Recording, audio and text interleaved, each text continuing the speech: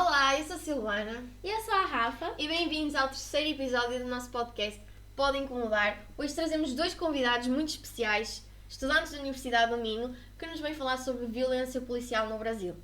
Os nossos convidados, eles estão a realizar um trabalho com a universidade junto com a Amnistia Internacional. E vão falar sobre um caso muito irreverente que vocês têm que esperar para ver. Bem-vindos, Luís e José. O Luís ali ainda no telemóvel, ainda a preparar-se. Então, apresentem-se, o vosso nome, quem vocês são, que propriedade têm para falar sobre este tema. Eu sou o Luís, eu sou brasileiro, imigrante, assim como a Rafa, né? Eu sou do Rio de Janeiro. Eu sou estudante do curso de Ciência Política da Universidade do Minho. E, bom, a gente está muito grato, né, desse convite para falar sobre um tema que é um tema muito pesado, é um tema muito importante, que tem muito contexto histórico e querendo ou não, tem uma ligação profunda com Portugal e com a colonização do Brasil. Então, é um tema que é muito oportuno para a gente estar aqui falando, e é uma parceria que envolve a Anistia em Portugal e a Anistia no Brasil também, que é o caso do Pedro Henrique. Bom, eu chamo-me José Pereira, sou estudante de Ciência Política como vocês, sou o vosso colega, tenho a e o Luís. Pronto, sempre fui muito envolvido nas lutas sociais, nas manifestações, sempre procurei estar organizado, ter contacto com as organizações, sempre fui uma pessoa interessada, envolvida e que procura a transformação social, digamos assim. Surge no âmbito do projeto de ciência política, que todos nós temos que fazer. Foram-nos apresentados vários casos da Amnistia Internacional, ambos deles tinham em comum que eram violências do Estado sobre a própria população. E pronto, e nós optámos por escolher o Pedro Henrique por muitas razões, pela nossa envolvência, nós os dois somos muito envolvidos nestas questões sociais, de lutas. Também tem a questão de que liga mesmo Brasil e Portugal, né? Não só a questão histórica, como o contexto atual que a gente vai falar E sobre. mesmo aqui, exatamente, mesmo aqui em Portugal, na realidade. O Luís, ele já deu uma introdução, mais ou menos, da motivação que levou vocês a realizar esse trabalho. Se quiserem também falar um pouco mais sobre, mas eu queria perguntar sobre o que vocês fizeram até agora. Nós vimos que vocês fizeram uma exposição, uma sessão de amostra de curtas, duas palestras e visitas guiadas. Então, se vocês puderem falar um pouco mais sobre essas atividades, além dos convidados que vocês chamaram para participar do projeto com vocês. E agora o podcast também, que acaba por ser mais uma atividade. Vai ficar no relatório. Vai ficar no relatório, de certeza. Com certeza. O projeto final do curso de Ciência Política, e a Anistia chegou com casos, eles trabalham muito em casos individuais, casos que deem um rosto àquele problema, àquela questão. E o caso justamente da violência policial no Brasil é o caso do Pedro Henrique, que é a Ana Maria Santos Cruz, a mãe do Pedro Henrique, que basicamente luta por justiça, porque o filho dela foi assassinado pela polícia. E aí, agora introduzindo a história do Pedro Henrique, né, antes da gente passar a parte prática do projeto, o Pedro Henrique era um jovem da Bahia, da cidade de Canoas, de Tucanos, perdão, da Bahia, e ele foi abordado de maneira violenta pela polícia, e a partir disso ele começou a recolher casos de pessoas que também sofriam com a violência policial. E a partir disso ele tomou outro impulso e começou a organizar na cidade dele marchas pela paz, que eram marchas anuais, pacíficas, que basicamente pediam o fim da violência policial. Manifestações. Sim, são manifestações anuais que pediam o fim da violência policial. E a partir disso, o que aconteceu? No dia 27 de dezembro de 2018, invadiram a casa dele e assassinaram ele enquanto ele dormia. E a única pessoa que viu, né, que é testemunha do crime, era a namorada dele, que estava com ele, e reconheceu que eram policiais, mas o Ministério Público, enfim, não tomou as medidas cabíveis, e o caso provavelmente vai ser arquivado, mesmo com uma questão tão... Com assassinato... provas concretas de um assassinato brutal, né? Invadiram a casa dele e mataram ele enquanto ele dormia. E com pessoas lá que viram, que eram policiais, Exatamente. com testemunhas. Exatamente. Mas isso é muito comum em todos os casos, há quase sempre testemunhas. E a gente vai passar por isso exatamente nessa questão, porque E depois entra-se naquela questão, algo porque é que muito há comum. umas testemunhas que valem mais do que outras, não é? Com certeza. Algumas nem sequer são levadas em conta. Nestes casos, os processos ou são arquivados, ou são arrumados, ou simplesmente as penalizações acabam por ser suspensões, ou seja, o agente é suspenso durante X dias e depois volta ao trabalho como se nada fosse. O que é que seja, vocês acham que contribui para esta perpetuação da violência? Tendo em conta também o contexto social, porque isto não acontece só no Brasil, não é? Mas o que é que vocês acham que faz com que esta violência continue e que... Sobretudo no caso do Brasil, a questão aqui tem muito que ver com, como o Luís já referiu, as questões históricas. Nós no nosso trabalho temos uma parte dedicada ao contexto histórico, porque é importante falarmos sobre ele. Temos a questão da colonização portuguesa, começa desde aí, porque a polícia foi um presente de El Rei Dom João VI. Mas antes disso, e até anterior a essa criação da polícia, nós temos a violência que os donos das terras exerciam sobre os escravos, sobre os povos que estavam em servidão, nomeadamente os povos indígenas, e a partir daí cria-se uma noção de violência mais deslocalizada, parece um pouco aquela justiça feudal que existia na Europa na Idade Média, e mais agressiva, ou seja, penas desde cortar pés, cortar mãos, enfim, penas desse género. E sempre que... E depois, a par disso, acontece a desumanização dessas pessoas, ou seja, que é algo que ainda hoje persiste, nomeadamente em relação às pessoas pobres, às pessoas negras. Estas duas crianças valem menos do que... são dois adolescentes e valem menos do que dois adolescentes num bairro rico no Brasil ou de outro sítio qualquer mais privilegiado. E, portanto, esse espírito de desumanização é algo que, por exemplo, é uma herança histórica e que permanece ainda hoje no Brasil. Falaste da fotografia, não sei se queres mencionar que vocês trabalharam Sim, com sim. a... O João Pina é o Sim. fotógrafo, é um fotógrafo português. Ele tem obras muito interessantes e esta aqui foi uma delas. Ele tem, são fotografias, algumas delas que exigem algum estômago, porque são muito... Sim, Mais vivas. nós tivemos cuidado de selecionar as imagens, não colocar aqui imagens Claro. tão... Nós vimos umas que eu disse assim, não, é melhor não colocar aqui. Ele capta mesmo a violência e Sim. ele estava mesmo... Sim, acho que a Ele- seguinte... Ele é um E fotógrafo... uma particularmente esta ali com as crianças Podes atrás, foi explicar uma essa. que eu acho que... Ele está a transportar um cadáver. nessa O João Pina, ele é um fotógrafo português que passou uns anos no Brasil, né, no Rio de Janeiro especificamente, e essa obra dele tem o nome de 46750, que é 46.750, que é o número de homicídios que tiveram no Brasil nesse tempo que ele esteve lá. E, enfim, ele mostra todo o clima da Copa do Mundo, das Olimpíadas, e em contraste a violência policial e não só, né? A violência do crime organizado também. E aqui nós podemos ver, são policiais saindo da favela com um corpo, com uma pessoa morta, e duas crianças que estão voltando da escola, né? A gente vê o irmão mais velho amparando a irmã mais nova, e nessa cena tão chocante... Que pra menina parece ser tão chocante, né? Uma menina muito nova. E pro irmão parece algo como se ele estivesse consolando ela e já normalizando, naturalizando. Então os impactos dessa violência são muito grandes. A gente acha às vezes que essas questões são estado de exceção no Brasil, mas não são.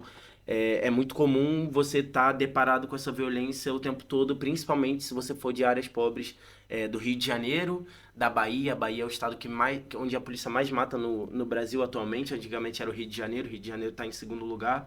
Em São Paulo, propriamente, também a repressão recortes, policial, atualmente com o novo governo do Tarcísio, os números vêm crescendo da violência policial, a questão da recusa em utilização da câmara, porque no Brasil uma das medidas que foram utilizadas para diminuir a violência e teve um grande impacto foi a utilização de câmera nas fardas, que gravaria o tempo todo a ação dos policiais de forma a evitar que fosse truculenta, que fosse realmente contra a lei, né?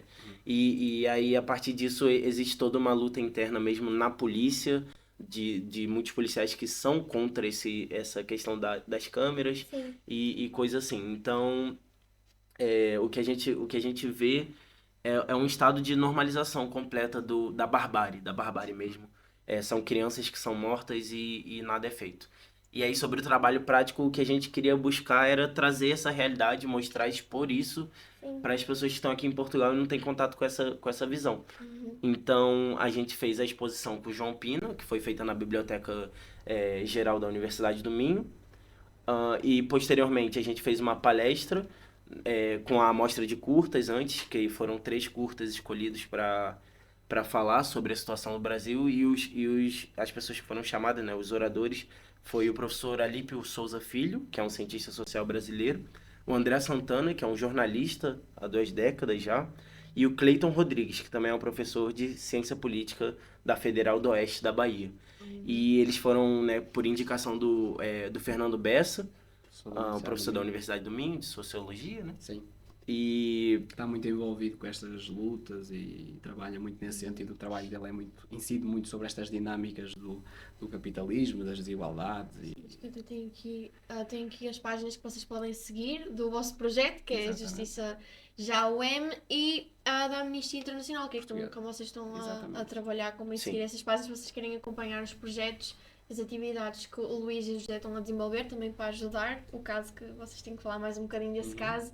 Sigam estas páginas. Qual a opinião de vocês, primeiramente, e depois os benefícios e os malefícios dessa militarização? Enquanto português, eu já tive essa conversa com o Luís várias vezes. Ele diz muitas vezes que no Rio de Janeiro era comum ver os policiais com as metralhadoras fora do carro. E não só policiais. Exatamente. E, portanto, é uma realidade muito distinta para nós, portugueses, e sobretudo para aqueles que têm a sorte de viver enfim, uma vida dita privilegiada, em sítios ditos seguros, em sítios que não são verdadeiros guetos, que não são bairros, que não estão no mapa da polícia como áreas de incidência da sua ação e do seu combate e da sua violência. Mas é muito importante que nós pensemos no Brasil, sobretudo na questão da militarização da polícia, porque uma das coisas que é muito falada quando se discute estas questões dos exércitos e a quem é que os exércitos devem combater, é sobretudo que o exército nacional não deve ser utilizado contra a própria população. Digamos, um entendimento geral, e o que é certo é que no Brasil o exército, com outra roupagem, com outra organização, mas dentro do mesmo sistema militarizado, é utilizado contra a população, porque esta polícia, não sejamos hipócritas, esta polícia não atua nos bairros ricos de São Paulo, Rio de Janeiro, seja de onde for. Esta polícia é sobretudo equipada, é militarizada e foi sobretudo durante a ditadura militar, mas manteve-se assim e manteve o seu caminho, até porque não houve a transição da segurança pública, houve uma outra alteração, mas a segurança pública manteve-se idêntica, manteve o seu caminho e, portanto, ela é sobretudo utilizada sobre estas pessoas. Vítimas falando sobre os números, são 6 mil, esses são os números oficiais de 2022 de pessoas mortas por agentes públicos. São 6.430 vítimas. E disso a gente pega um contexto. Quando a gente fala sobre a violência policial no Brasil ser também uma violência racial, 16,6% dessas vítimas são pessoas brancas, identificadas como pessoas brancas. 0,2% são pessoas amarelas, que são tecnicamente no Brasil, né, a denominação de pessoas de origem asiática, e 83,1% são da população negra. Isso dá um número de 17,6 pessoas por dia. São mais de 17 pessoas por dia assassinadas por agentes públicos. Então é um cenário brutal de desumanização completa. E é muito daquilo que o professor Pedro Magalhães, que é o nosso orientador do projeto. Exatamente. Ele fala muito sobre essa questão da polícia militar não ser, quer dizer, das forças militarizadas serem características de regimes autoritários. E essa violência brutalizada, né, que acaba afetando também, por exemplo, os policiais. Se a gente pega o Brasil... Os números de policiais mortos no Brasil são os maiores do mundo também. Já atingiram, por exemplo, no Rio de Janeiro, já foi o lugar onde mais morriam policiais no mundo. E a gente pode falar que os números de 2022 são 161 policiais assassinados e 98 que cometeram suicídio. Ou seja, esses números são brutais não só para a população, obviamente em menor número, mas também são para os policiais. 161 policiais assassinados e 98 que cometeram suicídio. Ou seja, quase mais de metade. Ou seja, se nós juntarmos esses dois números, metade foi assassinada, outra metade suicidou-se. É um Ou- número de é que- suicídios que é elevado. Ou sim. seja, também podemos dizer que essa guerra mata psicologicamente. As pessoas Sim, chegam a com um ponto certeza, de com desespero certeza. E há um mesmo. aspecto Por curioso. acaso, como? Não sabia. E há um aspecto curioso sobre os policiais, só aqui um parênteses, é que na era colonial as potências ocupantes, as potências colonizadoras, tinham o hábito de recorrer a tropas negros para reprimir outros negros e até utilizavam pessoas dessas etnias, dessas nacionalidades, para até vigiar os próprios irmãos. Ou seja, essas pessoas criou-se um sistema de repressão também baseado nessa ideia. E hoje em dia na Polícia Militar também há muitos Muitos policiais negros que vêm. Policiais no fundo, negros é que vêm virar- da favela. São Exato. os que sofrem a violência da polícia e Exato. vão lá. Porque no fundo também acaba. Mas isso é uma lógica um pouco macabra que permanece até hoje. E é também importante que pensemos sobre isso, que é utilizarem. Porque é que na era colonial utilizavam sobretudo para combater essas revoltas de escravos? Eram os capatazes. Sim, e recorriam a tropas, sobretudo negros. Isso era uma lógica de ação e que ainda hoje permanece De uma na maneira Polícia Militar, de uma diferente, maneira mas- diferente, mas Mas a permanece. ideia. E aí quando a gente fala sobre a não existência de um Estado de Direito e por isso a gente, além de defender a desmilitarização da polícia, a gente vai além disso, a gente defende o fim da polícia militar por acreditar que a própria instituição ela é estruturalmente formada justamente para fazer essa repressão, né? Ela tem as origens lá do que o Zé já falou também, desde a chegada da família real no Brasil, né? A polícia militar. Então são raízes muito profundas e que estão dentro da instituição e são inerentemente de um policial ter boa ou má conduta, vão ser comportamentos que vão se repetir e os números demonstram isso. Então, a gente, para falar de um caso, por exemplo, do Jonathan Oliveira, além do caso do Pedro Henrique, o caso do Jonathan, que em 2014, um jovem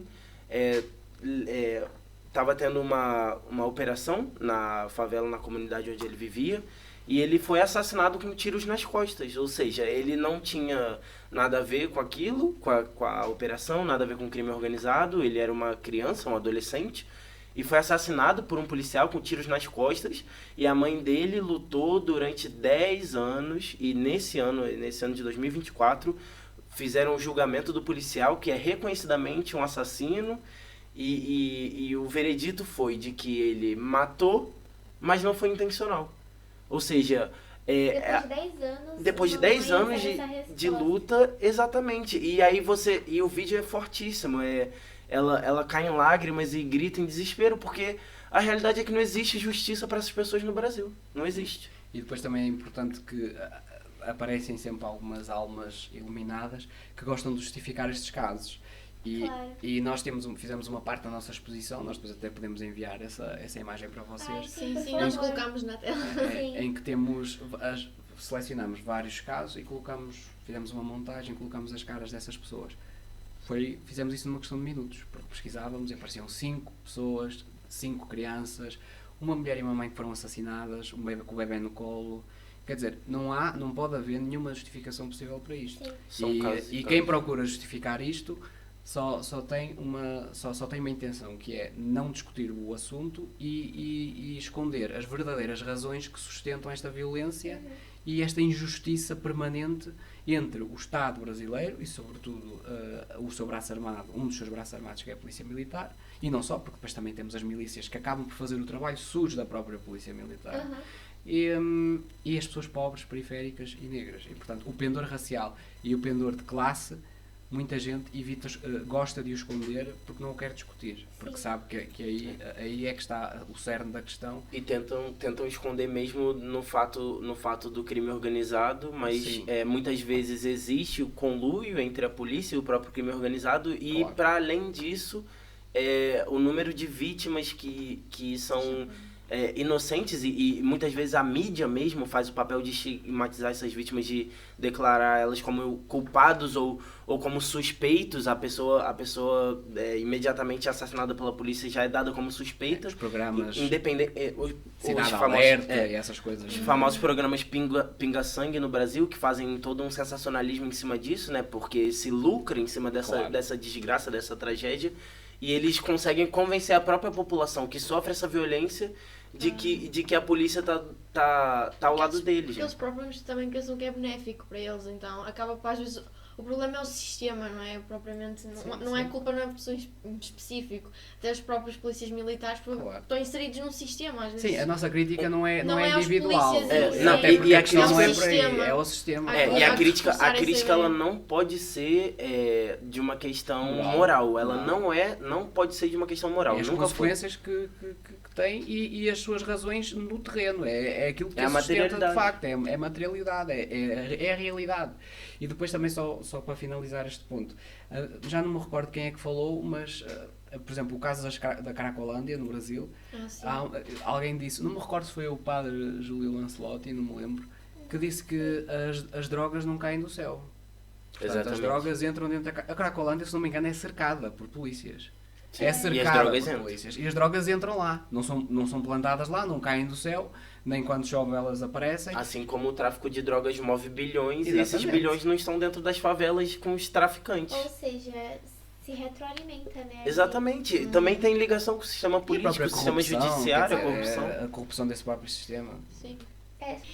Porquê que vocês acham que este caso é importante estarem aqui a falar disto e estamos em Portugal, não é? Apesar de existir violência não é tanta, porquê que este tema é importante aqui em Portugal? O que é que vocês Assim, acham? antes do Zé introduzir mais aprofundadamente o tema, eu acho que é importante primeiro reconhecer o papel de Portugal historicamente no que é a construção do Brasil de hoje, o Estado brasileiro de hoje, as raízes profundas da colonização e dos extermínios que tiveram no Brasil. Então isso impacta efetivamente na organização do que é o Estado brasileiro, o aparato estatal brasileiro. Contexto que temos que perceber. A A história chegada- explica sempre tudo.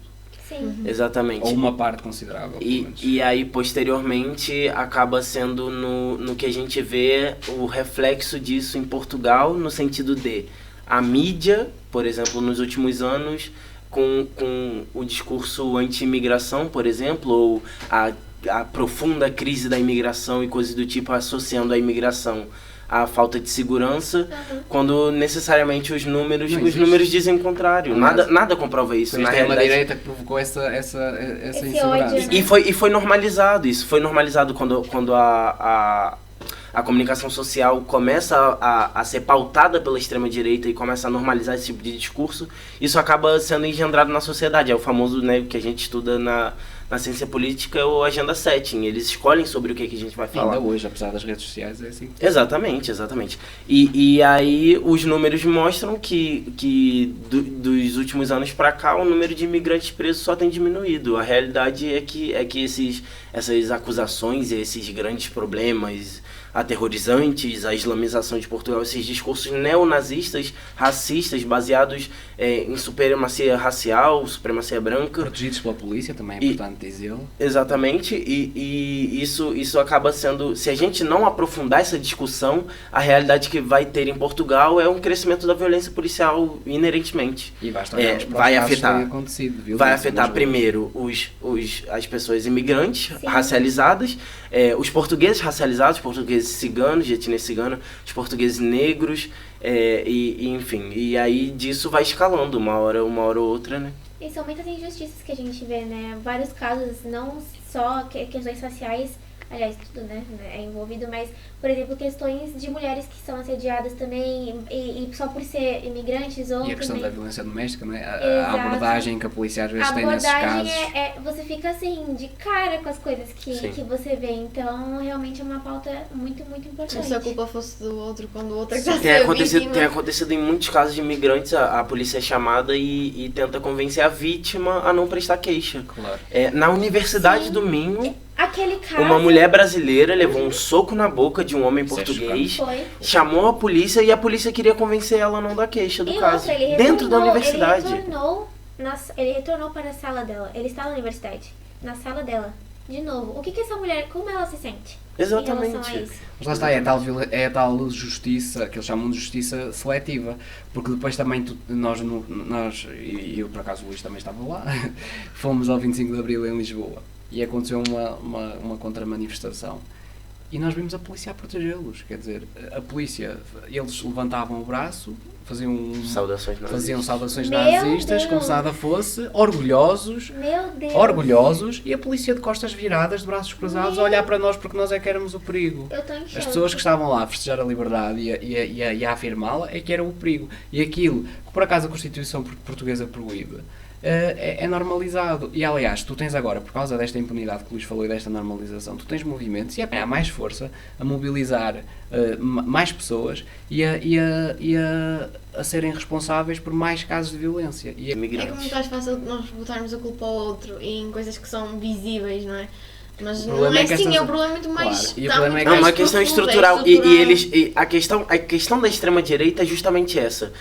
Você pega problemas profundos que têm situações complexas para resolver e você põe a culpa em um bode expiatório. É assim como Hitler fez com os judeus, Claro. assim como é feito atualmente com E os o imigrantes. problema é que depois tens coniventes, que são, por exemplo, pessoas que normalizam esses discursos, seja na Assembleia da República, seja onde for, e que acham que isso é algo natural, que é a democracia a funcionar. O problema é que depois essa democracia funciona para uns, como os argelinos no Porto, eram argelinos, penso eu, que Invadiram a casa, que foram espancados espancados, dentro de sua agredidos. própria casa. E isto é preciso também atribuir culpa aos cúmplices que normalizam estes discursos e que não os querem combater, porque para eles é um mal menor ou através de papel e caneta as coisas se resolvem. Depois ainda só sobre a questão de Portugal, Sim. agora voltando aqui à pergunta sim. da Silvana. Desde logo nós também, eu enquanto português também me solidarizo, porque acho que nós somos muito mais que fronteiras e acho que é importante que todos nós sejamos sempre solidários com os outros povos, sempre que há uma situação de injustiça. Sobretudo quando é uma situação de injustiça extremamente injusta. Por exemplo, neste caso dos pobres e da população negra, sobretudo das pessoas que moram na periferia, e a polícia militar no Brasil tem uma vantagem de meios, de situação institucional totalmente distinta. Sim. E até, por exemplo, da Palestina e do Estado de Israel. Portanto, a Palestina nem sequer é um Estado, não existe. O Estado de Israel é um Estado, é uma potência, é financiada, mas pronto, isso também seria outra discussão. Mas, no fundo, nós sermos solidários com estas causas. E depois, ainda sobre Portugal, nós também temos este problema cá. A questão é que ele não tem a mediatização que devia ter.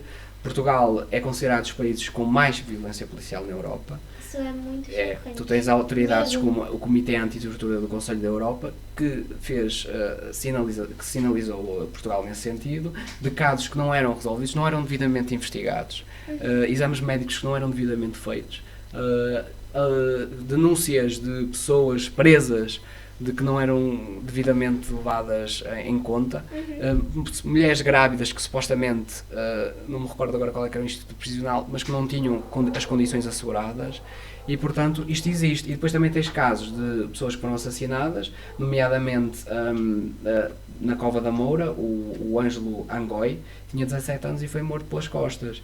Tens casos noutro bairro na Amadora, que é o bairro 6 de Maio, do José Vicente, que tinha 16 anos e que foi agredido e acabou por morrer. Foi agredido pela PSP. Portanto, isto... penso que foi pela PSP. A violência é tanto associada à PSP como à GNR. E portanto isto são casos que existem em Portugal e há muitos E mais. que se não houver uma ação também pode, Claro. não diria tomar as proporções que tomam no São caso sempre brasileiro, mas realidades distintas, sim, mas existem. sim, mas E que tomemos este exemplo para que nos possamos precaver e criar medidas Claro. e atuar nesse sentido. E estes casos é importante também salientar que esta instituição alerta para o facto de eles incidirem sobretudo sobre afrodescendentes e pessoas estrangeiras. Portanto, aqui temos o pendura. Estamos aqui a falar da violência policial, mas estamos sempre a tocar nessa parte racial Porque está intrínseca, tudo muito- está intrínseca ao sistema. E em Portugal ainda assistimos à questão dos guetos. Né? Portugal temos bairros que são famosos nos meios de comunicação social, a Cova da Moura, e entre outros, mesmo aqui em Braga também temos, porque as pessoas são arrumadas num canto, são colocadas de lado num gueto e são tratadas de forma distinta e até esquecidas pelo sistema. Agora, para terminar este episódio, que foi de veras, incomodou, os assuntos incomodaram por dentro, vocês têm alguma mensagem que querem deixar? Algo que vos marcou durante este tempo que vocês trabalharam com a Amnistia e neste projeto? ou uma mensagem que vocês queiram deixar? Assim, é uma questão, trabalhar com isso foi muito difícil, principalmente, eu acredito que tenha sido difícil para todo o grupo, mas para mim, no que me toca, numa questão pessoal, é muito, muito complicado por ter justamente esse contato presente na minha vida da violência policial, lembrar da minha infância mesmo, de ter medo, por exemplo, de obras em casa, fazer o meu pai usar uma furadeira, não sei, uma furadeira, né, uma ferramenta. E a própria furadeira, ela tem uma composição parecida com uma arma. Tem. E já aconteceu um caso de um homem ser confundido com um bandido ou qualquer coisa do tipo que tivesse armado e foi assassinado pela polícia justamente por ter uma furadeira. Então isso me afetava muito, o medo de perder o meu pai para essa violência, de perder alguém da minha família. Já tive amigos que morreram mesmo em questão da violência policial, amigos que entraram por tráfico, infelizmente. Então foi um trabalho de percorrer tudo e entender toda essa violência que eu vi com os meus próprios olhos na minha vida, né? De entender essa normalidade e essa, na real, não normalidade, né? Do que é essa violência brutal. Então, a minha mensagem aqui é apelar que as pessoas não só tomem consciência do que são essas questões, da profundidade dessas questões, que não são questões rasas que você vai poder debater em 10 minutos ali e descartar qualquer debate que se aprofunde nisso, porque são vidas que estão sendo perdidas nisso. Então é um debate profundo, é um debate difícil de se entrar, é um debate que dói, que mexe por dentro, assim, quando você vê casos de crianças assassinadas, de uma mulher grávida em casa que levou um tiro, morreu ela e o bebê. Como que confunde uma criança, né? Com Exatamente. Uma menina de 7 anos, a Agatha, bem perto de onde eu morava, né? Foi pouco depois que eu me mudei para Portugal. Ela foi assassinada, uma menina de 7 anos, gente. Tipo, não tem... Desculpa. Não é desculpa, exatamente. É uma violência que destrói completamente aquela falsa ideia de um Estado democrático. A gente não vive sobre um Estado democrático, a gente vive sobre um Estado onde quem tem dinheiro vive e o resto sobrevive. Então a minha mensagem é de luta, o que a gente tem que fazer é lutar para mudar a realidade que a gente vive. E a realidade que a gente vive é uma realidade socialmente construída por pessoas. Então ela pode ser modificada. A gente não pode perder a esperança de que a realidade pode ser modificada. Porque na coletividade, com quantas mais pessoas estivermos organizados, a gente consegue lutar e reverter as coisas. A luta popular gera resultados, gerou historicamente, então é muito importante.